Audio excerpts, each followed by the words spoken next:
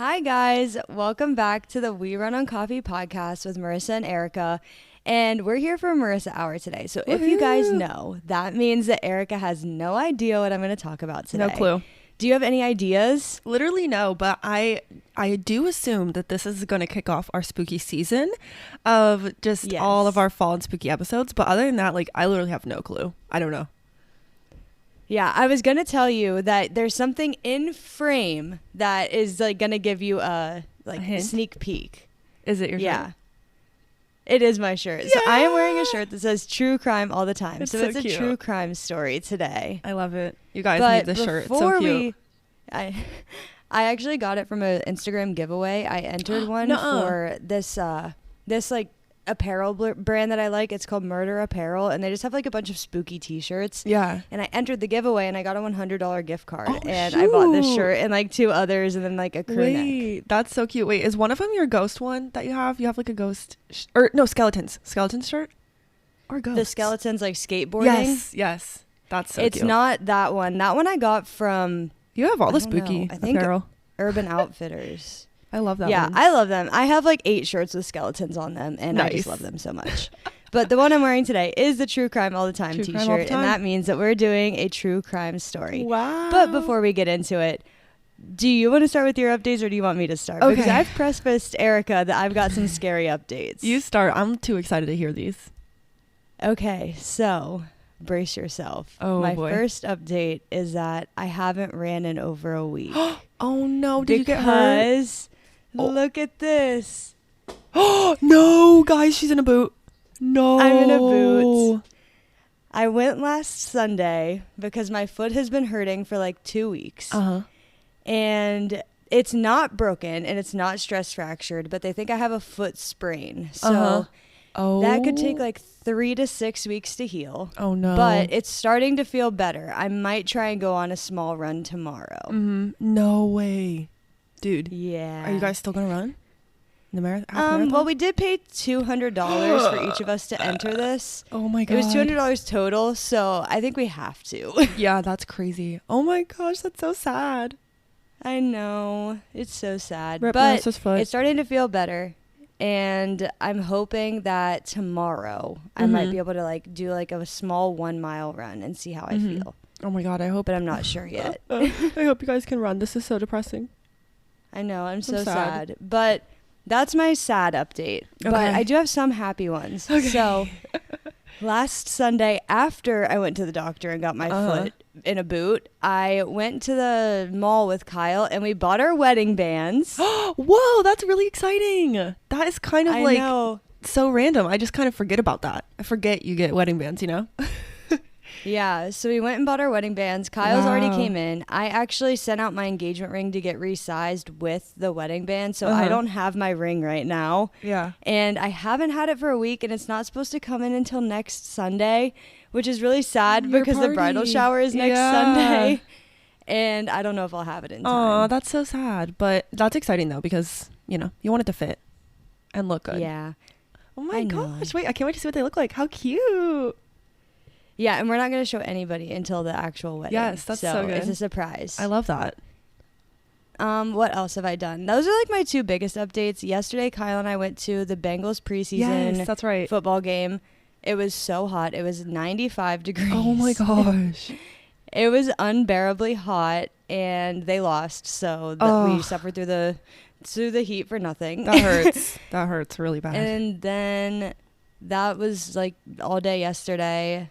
That's really all we've done because we haven't been able to run in the past like week and a half. Oh my God, you have the highs and lows, dude. I know. That's crazy. Well, I'm ready to hear your updates. I have a lot. Okay, so I'm gonna keep it brief, but I think I mentioned on the last episode that my friend Cree from childhood and her daughter, who's 2 years old, Willow, were gonna come spend the night, and they did, and it was so fun. I was like, this is so cute. We just had like a little sleepover. Angela and I went around and baby proofed the house before like they got here so that she wouldn't like fall and hit her head on something sharp or whatever. So that was so weird just to think about how many things in your house are not meant for like a child, because oh my god, we had a lot. Scary. Yeah. So that was fun. We had them come stay the night, and now it's gonna be, I think it's gonna be like a little tradition, like once a month. I think they're gonna come just spend one night, which is so fun. We took her over to Angelo's mom, so Willow got to jump on a trampoline for the first time in her life, which was so freaking funny. And Cree and I were just bouncing her and just making her fly, you know, like popcorn on the trampoline, and she was just cracking up. It was so cute. And then we took her in the hot tub, which we made like a pool, like we made it like a cold tub, if you will, or warm. And so it was like a little like her size swimming pool, and she was just splashing around and like drinking it, which was disgusting, and it was just so cute. Had a fire, made hot dogs, all that kind of stuff, and like I'm just obsessed. So shout out Cree and Willow, because she's so cute. I'll have to send you a picture. She's a redhead, super curly red hair, and she's crazy. She's so cute. Also this week, this is so nice, I took a mental health day from work on Tuesday just because I felt like it, and I hung out all day with Angelo, and we planted. It was his last day of freedom, if you will, before school. It was his last day off of school, so we went outside and like did all of our garden and planting, and then we went in the hot tub as well and had food, and it was just nice. So that was cool. And then the day after that at work, I went to a virtual conference, so that was really fun. The American Marketing Association virtual conference, shout out. So that's just kind of random, but something fun that I did at work, and I learned about marketing things, which is not very fun for some people, but I thought it was fun. And then 2 more things. So last night, Angela's mom, she does this kind of every year. She's like, does everyone want to come over and have a back to school lasagna night? Because she makes homemade lasagna with like homemade sauce and everything, and it's so good. It's like everyone's favorite. So she asked if we wanted to have our back to school lasagna night, and she made me an entire pan of lactose free lasagna, and it was so good. I haven't had lasagna in like over a year, if not longer, and it was so fire. So thank you, Julie. Shout out if you're listening to this. Someday she will listen to this. She doesn't listen to them live, but I know someday she'll hear this. So thanks, Julie, she'll hear it, because it made my day. And Angela tried it, and he was like, this is so good. Like, I'd almost rather eat yours. Like, yours is delicious. So now I just have like a pan of lasagna in the fridge that I can actually eat, which is shocking. So that was awesome. And then my last one is, I didn't know why I wrote this. I don't know.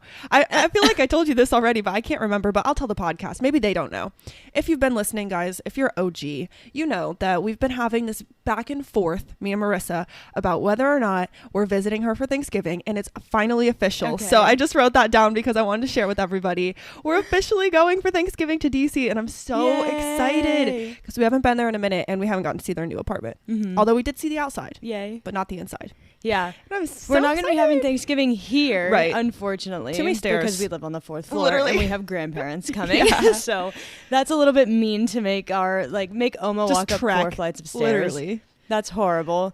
So we're going to do it at whatever Airbnb they decide to get. But it'll be so fun, and I can't wait. Oh, and I started, which I know you already have some, but I started some countdowns on my phone, because I used to do this, and I would always have something on my phone, so I had something to look forward to. And then for a while I didn't. I'm like, maybe that's why I'm so sad. I have no countdowns. I have nothing to look forward to. So now I have 46 days and 21 hours until we leave for your wedding. Not your actual wedding day, but till we leave for the trip. Yeah. And then 73 days until mine and Angela's trip for our anniversary. So I'm so excited. Yay. So and in between those two is, I think in between those two is Thanksgiving. After Thanksgiving's after that. Yes, exactly. Yeah, because Angela and I are going to be in North Carolina, then we're going to come back, and then we're going to go to DC within like 2 weeks. So it's going to be crazy. That's okay. But it's going to be so Greece fun. And then come back here within 2 weeks. So that's true. I'm so excited. But yeah, that's my updates. Mine, I feel like we're actually pretty decent for once. I, had a good week, pretty chill. But before we get started on this spooky episode, what are you drinking? Okay. I think I have more updates, but before we forget about what we're drinking, I'm going to tell you. Okay. So my first, I don't know what I'm saying. My coffee is from a new coffee shop. It's called Badass Coffee of Hawaii. And I don't really know how they made it to the U.S. because I think it used to just be in Ohio. I can't speak. It just used to be in Hawaii. Yeah. But I got a coffee today called a Bonfire Lava with...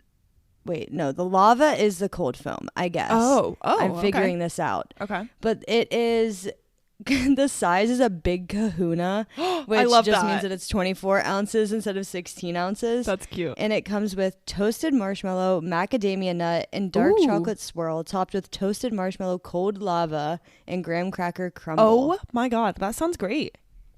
It's so good. I love it. It does not look as pretty as the picture. Yeah. But when does anything? It is delicious. Yeah. I know. Oh my God. I want to go there. If it becomes one of your faves, then I'll have to check it out when I come. I think it already is based off of like this much of my coffee being That's gone. crazy. That is crazy. We're That's gonna so go good. when you come for Thanksgiving. Yeah. That's cool. Badass. What are you drinking? Badass. I'm drinking. Okay, so story time.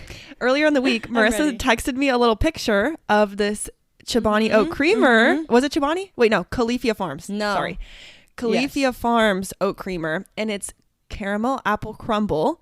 And Marissa was like, I've been looking for this for like a minute. I was like, I've never even heard of it. So then that night, literally that same day, I went to Target and bought it and sent her a picture back because I was like, that sounds amazing.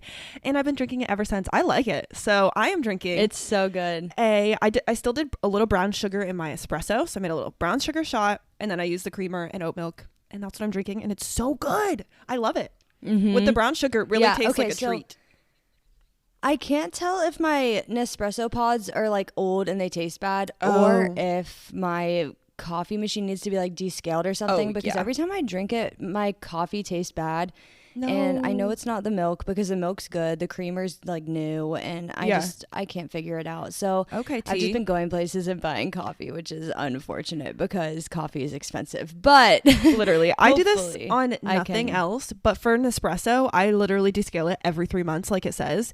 And that's actually been a game changer. I didn't realize that it was going to help, which sounds really dumb, I know. But I started doing it and I've been really happy about it. So I'm going to send you what I have in case you're interested on Amazon. It's like $14 for 2 packs. So that'll last you for 6 months, which is nice. Oh, perfect. Yeah. So I'm sending it. I might just need to descale it because I'm starting to get into like fall and that's when I like to have coffee again. True. I'm definitely like a energy drink over the summer kind of girl. But also I'm so excited. Tomorrow, the Witch's Brew Alani flavor drops again and that is my all-time favorite and I cannot wait. I saw this on your Instagram. Is that like it only comes out once a year and it's just a short thing? It's their fall flavor and it's a caramel apple flavor and it's so freaking good and I just need to buy like 10 cases so that I can have it all year round. Oh my God. Every time I go to Sam's Club I see the Kim Aid and I'm like I want to try it. Don't want to buy a case at Sam's Club, but that's tea. I know. I'm so sad because Costco only has variety packs of Alani's and they have the peach flavor in it and I don't like peach, so I never buy it from Costco. So I have to buy it from like the regular store at the normal price instead of the wholesale price. That's tea. Unfortunately. That is unfortunate. Oh, you guys, update for the listeners. I'm going to post this. Ooh, that's a great if you know story. I need to write it down. I did my own nails yesterday and I literally can't believe I did it. Like I'm walking around looking at them like my nail girl did it. I'm shocked at how good they turned out, you guys. They're so good. Thank you. I did a little checker print and it is perfection. And that's all. I had to brag about that for a second. And if you want me to do your shower nails, hit me up because apparently I'm pro now. Like I'm going professional. Apparently. I can't even help it. I don't know. I was thinking with Kyle yesterday and I want to go somewhere to like get my nails done prior, but I don't want to have my wedding nails prior to my wedding. Right. You know what I mean? But I want to get something similar to like what I want on wedding day, but I don't know. I'll figure it out. Yeah. If you go somewhere in Columbus, let me know. I'll send you my girl. She's amazing. Okay. But okay, I remember. Ready. Oh, you remember your updates? Are you? Yes. So I have one more that's like big. Okay. So remember how I told you that we got the Airbnb for when we go to Rome the night before we go on the cruise? We got scammed. So no. We don't have an Airbnb at this point for a place in Rome the night before we leave for the cruise because the guy messaged me and he's like, every other night is open besides the night that you need. And I was like, okay, that's understandable. Maybe you forgot to mark it as like booked. That's not what he did. He was trying to get me to cancel because then I wouldn't get a refund, but he needed to cancel for me so I would get a refund. We got the refund, end of story, but we don't have anywhere to stay right now. So we got to figure that out again. At least, he's living in well. We've been having some bad Airbnb scams this year. What the hell? Not that mine was a scam, you guys. If you know, you know. But that's wild. Well, I hope you guys find something soon. Yeah, we'll be looking because it's only 48 days until the wedding. That's literally so crazy, dude. I'm ready. Last night when we went to lasagna last night at Angela's mom's, me, Angelo, and Dominic stayed up really late. Like I said, I went to bed at 1 a.m. But that's because we stayed up all night playing video games, sports on the Switch. And Angelo just got into this like mood where he was just being so silly, and he just started playing 21 Savage out of nowhere, and me and Dominic were just in the back like dancing to 21 Savage, playing like tennis, and then all I could think about was the wedding, and I was like, this is about to be crazy. I'm so ready just to dance. Like, it's so fun. Wait, same. I'm so excited I'm because ready. We've started filling out like the music form for like we picked out like the intro song for like That's the bridal really party. And we picked out the intro song for us, and I think it's gonna be so good. I can't wait. I was thinking of you last night because do you know how on the radio they do like remixes when it gets late at night? They like remix recent songs. We were listening to one of the remixes, and it was literally Post Malone, Congratulations, and then it went into Doja Cat, and it was Doja Cat's Paint the Town Red, and it honestly hit. I was like, why is the radio so good right now? We just drove around listening to that. It was so good. Yeah, we've been like in contact with the DJ like a lot more recently because I had a bunch of questions for him, and he is like above and beyond. He is like, for the amount of money that we're paying him, I feel like, I hope he doesn't listen to this. He shouldn't. He doesn't know really who I am. Yeah. But he shouldn't be giving me this much work, like this much labor for the amount of money I'm paying him. Yeah. But that's amazing. It's worth it. Okay, and the wedding episode, when you do the deep dive, you'll have to tell us all your vendors if you want to share like who was really good, because that would be so awesome. Maybe I'll use them someday. Maybe. Oh well, this is so fun. Okay, dude. I'm are so you ready excited. Let's get started. Let's meet. True crime all the time. Okay, so this is a topical story. Okay, because it happens in Hocking Hills. Ooh, okay, you guys. If you haven't been following, and if you're not an OG or if you're not a true fan, you might not know. That's where Marissa's getting married. Yes. Ooh, so I thought that it would be topical because I looked, and this episode comes out on September 13th, which is almost a month to the day from the day I'm getting married. You're right. And did you listen, bitch? Did you plan for us to show up on Friday the 13th? Because yesterday, Julie was like, "What day?"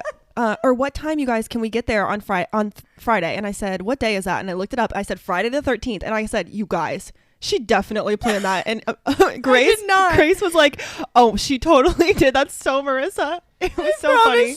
I promise I did not plan How that. Perfect, though. The rehearsal dinner is at 7 p.m. on Friday the 13th. That's spooky. After this story, I'm a little nervous. So good thing that you guys are coming into town on the 13th and you planned that, because we do have the rehearsal dinner and I forgot to tell everybody that. So that's so funny. Okay. But it's also, okay, this is the last tangent before I get started. Okay, I love it. October 13th is one of my bridesmaids' birthdays. Aww, and so we're like having like a little birthday party for her like that night. Cute. Like, and I was like, I honestly forgot that it was a Friday the 13th. Friday the 13th. It's so on brand. Funny. I'm like, it's so on brand. It's just perfect for you. I'm so excited. Okay, anyways, no more saying I'm excited. I'm getting into the spooky story. Okay, I'm ready. So, on October 4th in 1982 in Logan, Ohio, so just outside of Hocking Hills, there was two people. They were a couple. One's name was Annette Cooper. She was 18, and her fiance, Todd Schultz, who was 19, went missing. So I got the majority of this information from an Oxygen Buried in the Backyard episode. So it's just like on the Oxygen channel, they have like these different kind of, I guess, stories, I don't know, like shows or like series, and it's based off of like the type of murder it is. So this one says buried in the backyard, so we can assume that we find them eventually buried in the backyard. So a little bit of background on the two people. Annette, her mother, sister, and her stepfather moved from Xenia, Ohio, which is outside of Cincinnati, to Logan, Ohio in 1970. So at the time of their disappearance, they lived there for about 12 years. So they were kind of newer to the area, but they knew the area because they'd been there for a little bit of time. And Todd, he and his two brothers and sister just kind of lived in the area. And Annette, when she had turned 18, moved in with them right after high school and everything.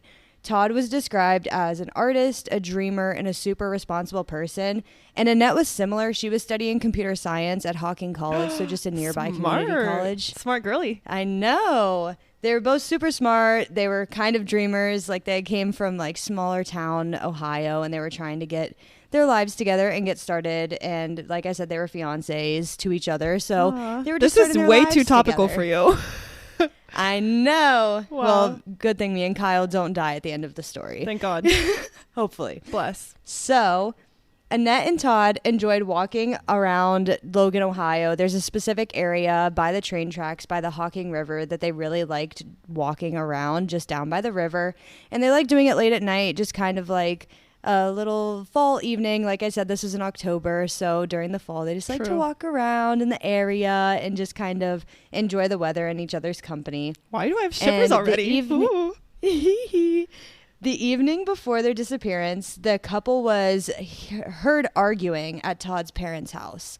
So Todd and her had just gotten into a disagreement, Todd and Annette, and their family, since they all lived in Todd's parents' house, they just kind of heard them arguing, and they were like, I wonder what's going on. But that night, they went out for one of their walks like normal, and they were just going down by the river. They told the family that they were leaving. And then the next morning, Greg, Todd's brother, realized that they never came home the night before. And they were like, I wonder if they like fell asleep in the field or whatever, because that was pretty topical of the time in 1980s. They would just go out to the field, spend the night together to kind of get away from the family, especially because they were living in Todd's parents' house just to get some alone time. And so the next morning when Greg had said that, Todd's brother, they were like, okay, let's maybe think about it for a little bit. But then they ended up filing a missing persons report with the police. And the police initially thought that maybe they ran off to elope because they were 18 and 19. Right, they were adults, yeah. And they were like, maybe they just ran off together. They wanted to spend a little bit of time alone. They wanted to elope and not do it with the family stuff. But tips started coming in once they had like ramped up the missing persons investigation, and they started piecing together the last hours that Annette and Todd had spent together. So they were seen by a witness carrying things close to the cornfield. They described these things as like pillows, a blanket, a picnic basket. So like I said, they were probably going out there to just spend time with each other, have a late night picnic, hang out, watch the stars, anything like that. Not uncommon. Okay. Things that people do in a small town still today. What else are you going to do, right? Yeah. But there was another eyewitness report, or I guess an ear witness report for this one. I like that. Said that they had heard gunshots and a woman scream close to the last known whereabouts of Todd and Annette. Oh. So we can assume that maybe that was Annette screaming off in the distance. The gunshots, we can assume that was probably a murder weapon of some sort. And they just kind of heard that out in the like area of like the Hocking River and the cornfield that they were talking about. Ooh. And in this episode, they described the cornfield as Logan's backyard, like the community's backyard, because I guess I haven't really been to this part of Logan. I've really only been to the downtown part. And I'm guessing around like the outskirts of town, there's a big cornfield that just like backs up to everybody's house. Yeah.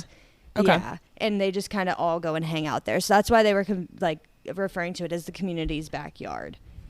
So after they had canvassed the area for a week, the police started investigating the cornfield that I was talking about around the riverbank. So this is after they had gotten a bunch of tips called in from standers-by and stuff like that around the time of their disappearance. And like I said, they were canvassing for about a week. So they were talking to eyewitness statements. They were talking to people in the town.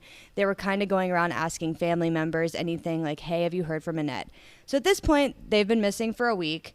And they go down to the cornfield around the riverbank. And the first thing that the police find is a human torso along the riverbank. No. And dismembered? Like alone? Oh.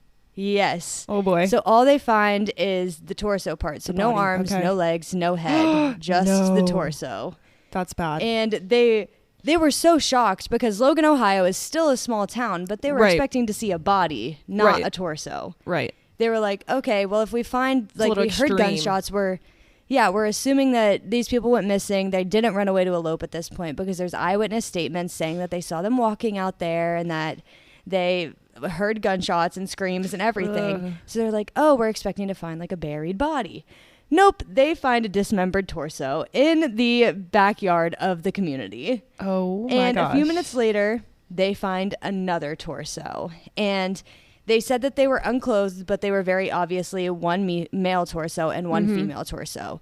So they were like, this is probably Annette and Todd's bodies or torsos, but they could not get a positive identification yet because there was no heads for them to be able to look and identify them. So they continue looking around the area, and the next part that they find an arm in the cornfield area. Oh. So then they start digging and unearthing a little bit more ground, and they begin finding more and more body parts as they continuously dig down. And once they find that first arm, like I said, they continuously find more. So they pull out like legs, arms, everything, and then they eventually find a head. And the head that they find was described to be a blonde-haired, blue-eyed girl, which is exactly what Annette looked like. No. Do you have any ideas of what has happened yet? No, but I imagine okay, when you first hear like some of these stories, usually you're like, okay, the partner is the first person you go to, right? So you're like, oh, they found the woman. Okay, it was maybe the boyfriend. That's the first suspect. Almost always, I feel like, when you listen to like true crime stories. But if they were both dismembered, there's obviously something happening here. So I don't know. I have no idea what's going to happen. Well, so far, we only know that it's Annette's head, and there's a second torso. We don't know that it's Todd Not yet. Todd. Oh, that's T. In which case, let me throw out a conspiracy theory, just for funsies. Okay. What if, okay, this is just a what if, you guys. So Annette was cheating on Todd, okay, with this other man, and then Todd found out, and he dismembered them. That's all. I rest my case. I'm here for the drama. However, I'm sure that's not what happens, but it's funny. They continue to dig and they find Todd's head. So it's not that. It's Todd. Oh my God. So there's someone else. There's a third party that we need to know about. There is a third party. So so I jumped the gun a little bit because my next note says the second head was discovered, but it was so beaten that they were unable to identify it right now. However, like I said, I jumped the gun. It was Todd. Okay, well, that's T though. That's not good. Some trauma to the head. But imagine the investigators at the time, and they were like, oh, well, we have a head. We can't decide that it's Todd right away. Yeah. But they're like, maybe it was Todd. Maybe their head just goes spiraling. Start going a million miles a minute. Yeah. But using dental records and medical records, they were able to determine that they were the dismembered bodies of Annette and Todd. Wow. So moving forward, they continue looking in the crime scene now, the area that they've determined to be the crime scene, which is the cornfield next to the Hocking River riverbank. And they start canvassing the area again for more evidence that doesn't include body parts. Okay. And the first thing that they find is a boot print that was found in like the wet area next to the riverbank. And they take a plaster cast of that. So they basically just pour in, like if you think about like a ceramics class or something, like they take clay or plaster and they just pour it in and then they pull it out and they have a version of the boot print that they can take back. So after they do that, they take the bodies to the coroners because that's all the evidence that they've really found in the scene at this point. And they take the body to the coroner's office and they start to do the autopsies on them. So I don't know what this means, but I put 22. I don't know what that means. I'm guessing like 22 stab wounds or something. Oh, I know what it is. See, these notes are sometimes very, very detailed, and then other times I just write down 22. Literally numbers. I don't know what that means. The 22 is that they were shot with a 22 millimeter pistol. Got it. That's what it means. Okay. And then they were dismembered with a knife. So, like I said earlier, there was an eyewitness report or an ear witness report, like I said earlier, of a gunshot and then a woman's scream. Okay. So we can assume that they were shot, and that was their cause of death. Yeah. And then they were dismembered with what they called either a knife or a machete. They weren't sure what kind. Mm-hmm. And the coroner described Todd's cuts as crisp and clean. And they described Annette's as more like frenzied, like a little bit more rough around the edges. Interesting. Like kind of a little bit more aggressive. Yeah. And this is a little bit graphic, but Todd did have his penis cut off as well. Oh, wow. So they're thinking at this point, like, well, obviously, like it could be sexually motivated if they're cutting off the genitalia of one of the victims. And if Annette's are a little bit more frenzied, maybe they were like more angry at her, something like that. But as of right now, in the investigation, they're not sure. Okay, this is my thoughts on the cuts. Okay, I want to throw this in because I just want to know if I'm going to be right sometime. Okay, this is my thoughts. They started with Todd. Okay, so this person, I feel like maybe they were good with a knife. Maybe they were a butcher. Who knows? But I feel like they started with Todd. And then maybe they made her watch. I know it's graphic, but that's why she screamed. Maybe. And then he was in a hurry. Or they. So sorry. Murderer, was in a hurry. And maybe that's why they were more frenzied. Maybe he wasn't. Maybe they weren't as angry. They were just in a hurry. I don't know. That's all. Have to hypothesize. We'll see. Okay, so like I said, this happened in 1982. So of course, because it's the 80s, they assumed cult activity immediately. Oh, great. They were like, there's some sort obviously there's some sort of satanic cult out in the woods that is out here killing people. Great, yeah, obviously. Of course. And satanic panic is basically just when rock music started to become more prevalent. They thought that rock music was of the devil for some reason. And they thought that all of these teens were being possessed by the devil to become satanic cults. And basically it's a way to describe that things happen in your town and give it like kind of like a scapegoat, right? And be like, well, of course the satanic cult that lives in the woods did this. Nobody in our town could ever do this, right?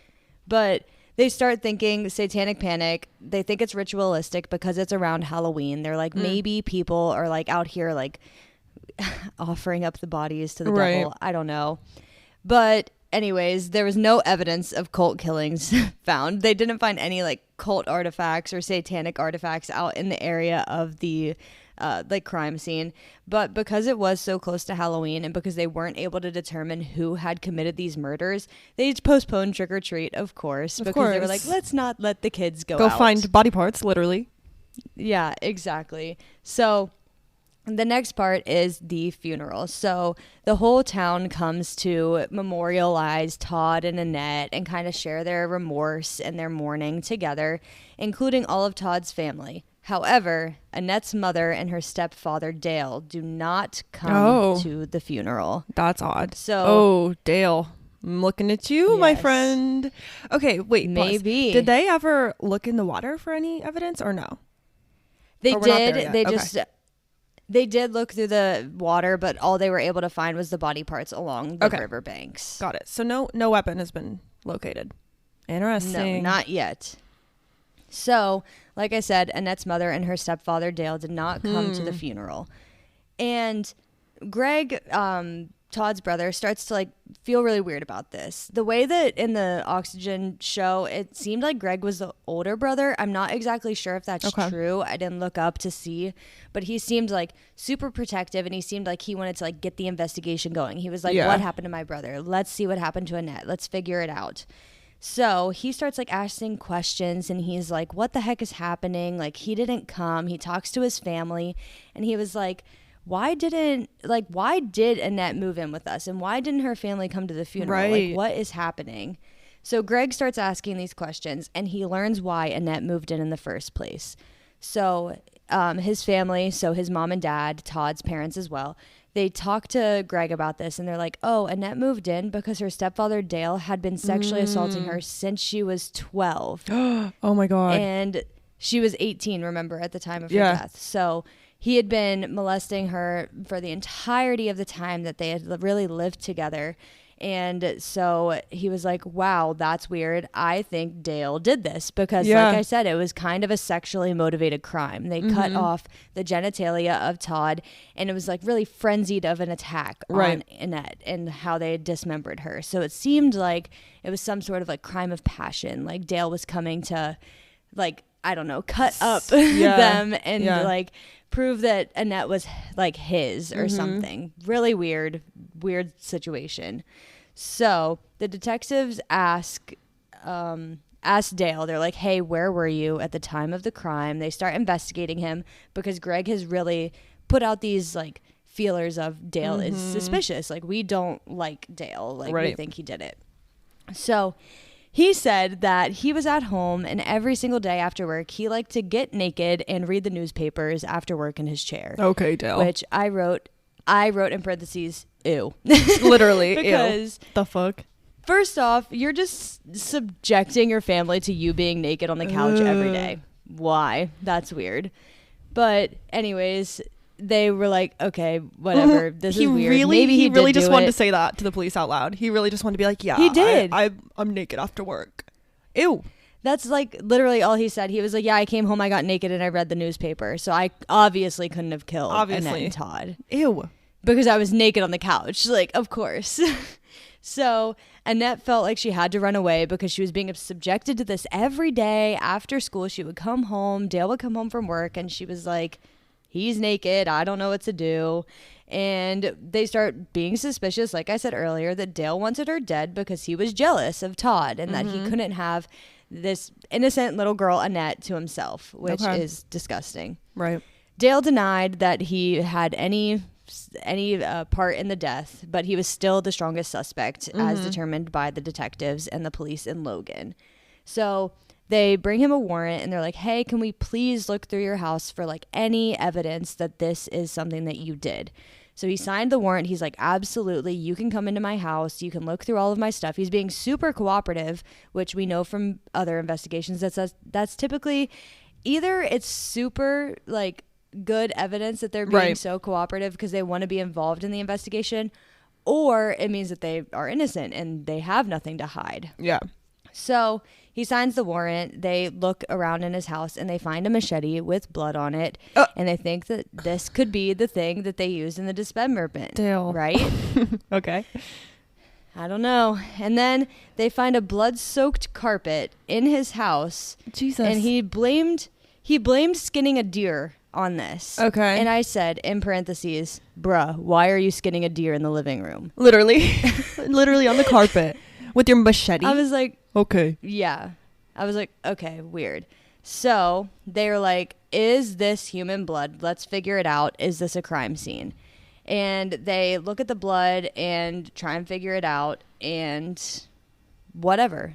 We don't have the results yet. They just take the blood, they try and figure out if it's human blood and if this is a crime scene. Okay. So another thing that they found was that Dale always wore cowboy boots, and he handed them over to see if that boot print was his.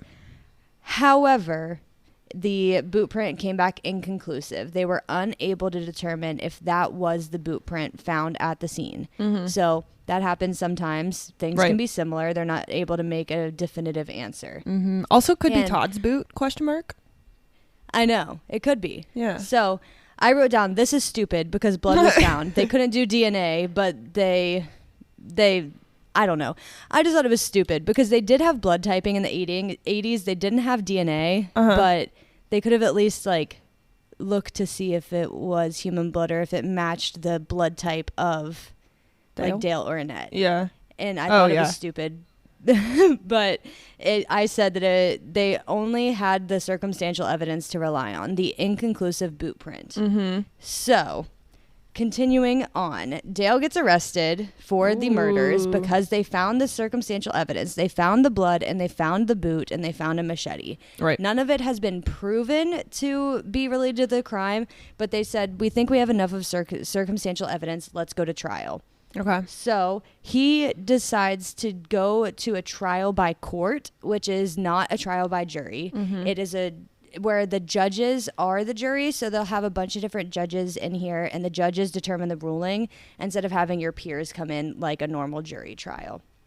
So the prosecution decides to use the shoe and the motive of jealousy to kind of try and convict him. Dale stays quiet throughout the entire trial. He's not like blurting out things. He's not like yelling, I'm innocent.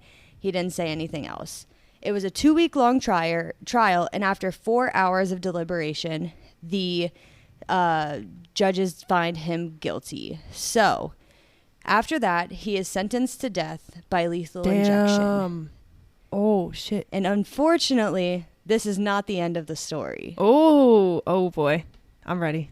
So I'm buckled in. Dale decides, after you get sentenced to death or you get sentenced to jail, depending on the crime that you have committed, you get a certain amount of appeals. For death sentences, I believe that you get 3 appeals. So after 7 years, Dale decides to exhaust his first appeal. And when he does so, this is under new prosecution, and he says that they ruled the boot print was inadmissible because of the way that it was collected. And they turned over the decision saying that it was a wrongful conviction and Dale is released. Whoa. Isn't that crazy? After only 7 years too. I mean, that's a long time, but it's also not. How old was Dale? Yeah. I don't know. He was probably like in his 50s, 60s. Okay. So Dale gets released. They say it's wrongful conviction. The boot print should have never been admissible. That's basically the only evidence that they were relying on. Yeah. Which, that's understandable. That's a wrongful conviction if the boot print was inadmissible evidence. So he gets to go home. Okay. He leaves. So now, after that appeal, a new prosecutor comes in when the case is reopened. So there's a new prosecutor in the office, and they open a reinvestigation. They do 10 years of reinvestigation on this case. So after those 10 years, it's all of a sudden 2007. Whoa. And a woman named Judy Linscott comes forward and gives another additional eyewitness statement. Oh. She says that she saw her ex-husband, Kenny, the night of the disappearance with the victims. What? And they were just walking around. Okay, that's interesting. Kenny, And what? That night, Kenny comes home to Judy, and he is all bloody and cut up. And he said that he got into a fight with his friend Chester at a bar. Okay. Chester. I know, Chester. Funny and name. That's all he could give. He couldn't even give like a last name. He was literally like, his name's just Chester. Oh yeah, Chester at the bar down the street. Oh, I know. So silly. Oh so, my gosh. At this point, what are you thinking? Did Dale get out scot-free, or is Kenny this new person that Judy decides to bring up so many years later? Right. It really makes you ask yourself why she waited so long. Like, maybe she was scared of him, if this is true. Maybe she wants some reward. Maybe there was a reward. Maybe you know that, if there was or not, that she was like trying to get her hands on. Or also, I just have to say, correct me if I'm wrong, but Dale he's done, right? Like, he can't be tried again for the same thing. So like, correct. He's out. So I don't know. I'm intrigued, but I'm not fully convinced. I mean, they don't really have anything solidifying on Dale. Definitely some weird, odd coincidences maybe, but nothing solid. Yeah. So I'm interested. Yeah, like you said, it's really weird that Judy decides like why in now? 2007, and these murders happened in 1982. Why almost these guys are probably almost dead. More than 20 years later. Yeah. I'm like, why? Why, Judy? Crazy. I don't know. We'll find out. So we find out that Kenny and Chester did know Todd and Annette. Okay. But they never Chester's said real. that they were... I don't know why. In my brain, Chester was not real. Chester is real. He is real. Oh my God. Okay. So they never said that they went into the cornfield, but they were around the area. Okay. And Kenny's description of why he came home bloodied and cut up that night was because he cut himself on the window trying to like break back into his house. I guess he lost his keys while he was at the bar. He tried to punch in the window and he ended up cutting himself. That happens. I mean, I guess, unless you knock on the door and ask for Judy to let you in, but whatever. So Kenny's sidekick, Chester, needed to be found to solidify the alibi. Nobody knew where Chester was at this point. They were like, we hear about your friend Chester from Judy. We hear about your friend Chester from Kenny. Where the hell is Chester? So we don't how know. do Chester and what's his face? Oh, I already forgot his name. How do Chester and Kenny know the victims? Did it say, like, why do they know who they are? We don't know.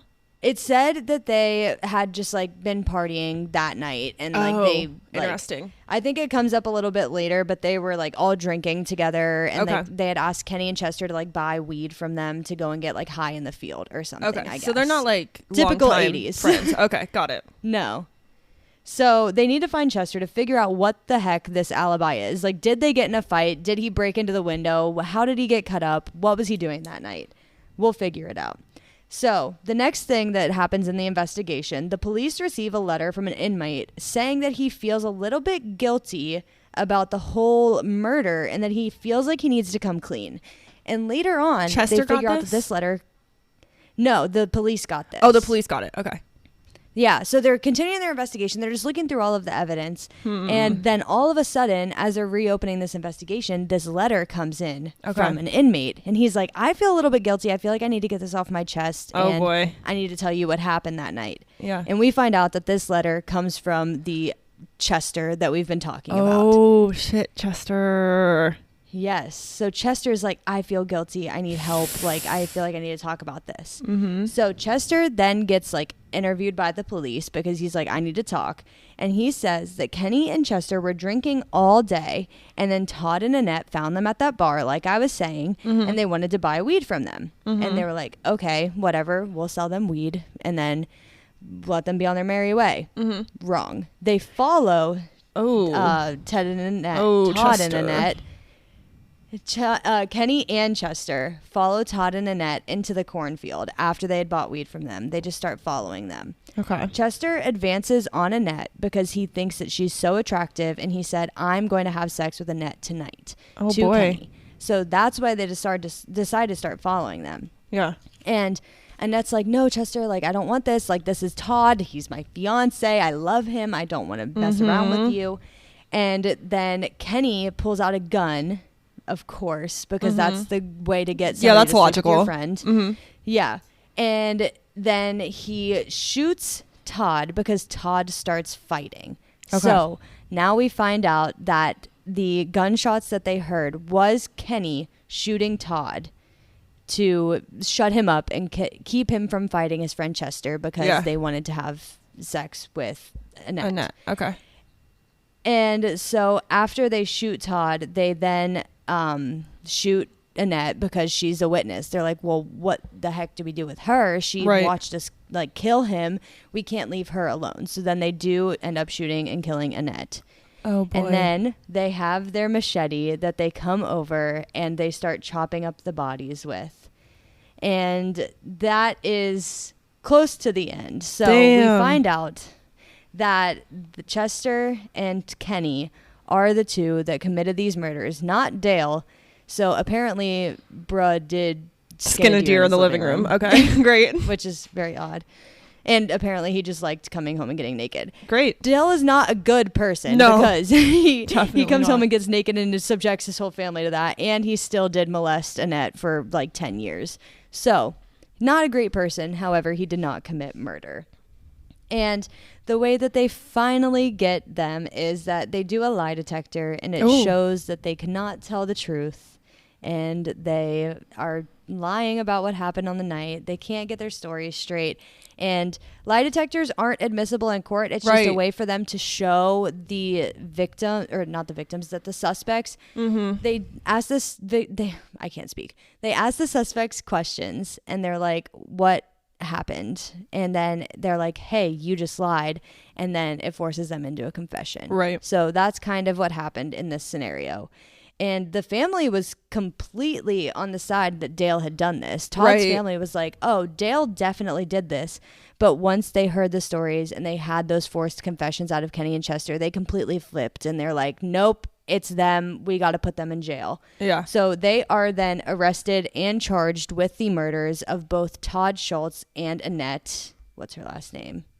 Annette Cooper. So they go to trial. And instead of going to trial, they actually take pleas. So Chester pled guilty to both of them. And he said that he was involved in the dismemberment and the killing of both individuals. And he is sentenced to life with no possibility of parole. And then Kenny takes a plea and he gets time served, which I'm not exactly sure what that means. But he wasn't sentenced to life. So he, I guess, could eventually have the opportunity to get out. I'm not sure. Wasn't Kenny the one who literally made the shots? Like literally held the gun? Kenny did shoot Todd, but I'm not sure.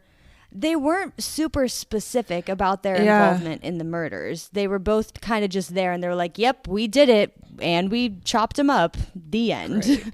Okay, this is something. But excuse me. I have a question. Okay. So you said that the police received a letter from Chester, right? And he was an inmate. Do we know why he was in jail the first time? No, I think that they said in the documentary, but I don't think that it was anything close to like murder or anything that they would be able to connect to a murder. That's so weird. It might have just been like a drug charge or something small. Okay, got it. Crazy though. Were you expecting that big of a twist? No, I was kind of low-key like, I don't know if it's Dale, but that's wild. Yeah. And I really wanted to find like a podcast on this to listen to instead of like a documentary show or like a docu-series. But we're like the third podcast to ever cover this. Wow. Hello. Welcome, everybody. Let us know if you like this. Should we get into more true crime? I know Marissa's a big fan. I have been picking back up. I used to be a big fan of true crime. Then I stopped because I get scared pretty easily. Mm-hmm. And I've been listening to a few here and there lately. Just like not everything I listen to. I've just been filtering it back in with my other stuff. So I like it. I enjoy. Yeah, I do too. I was stuck in between and I made Kyle choose. I was in between doing a conspiracy theory, doing a true crime story, or doing the meaning behind Halloween or like the history of Halloween. I couldn't decide. So if you guys would want any of those other ones, let us know. Since I did a true crime story, I could always do another. Yeah. Or we could do a conspiracy theory and I could like poll the audience and see what your favorite one is and maybe do some research on that. That's fun. Or I could do the history of Halloween. I don't know if we have any more slots open this year, but we could move things around. Let us know. We'll figure it out. Yeah. I love that. Oh my God. But that's the story of Annette Cooper and Todd Schultz. Rest in peace. That's wild. Rest in peace. Wow. It's crazy. Rip Logan, but that's Ohio. It. That's we did so it. crazy. Dude. I know. Shivers. I love how you always pick things in like Ohio or Virginia. And I'm always like, oh my God, it's so close. Yeah. One of these days I won't. But I just thought it was too topical it's too good. Yeah. Creepy things happen everywhere, you guys listening. Be careful out there. Be careful out there. Yeah. Especially on Friday the 13th, I guess. Especially. Yeah, we better be real careful. Eek. I'm nervous. I know. Just kidding. We're no cursing my wedding day on Friday the 13th. Literally no. We can't. I know. That was just too good. I'm like, this is so Marissa. I don't even know. It's just so perfect for you. But thank you guys for listening. I love doing these research because it's just an excuse for me to watch spooky stuff on TV. Right. But if you want another one, please reach out. Email us, DM us on Instagram. And like I said, let us know if you would like a conspiracy theory or a like story of Halloween kind of story, because I would love to do either of those. And we will see you next week. Yes. And with that, I'm Arika. And I'm Marissa. And we run on coffee. Bye.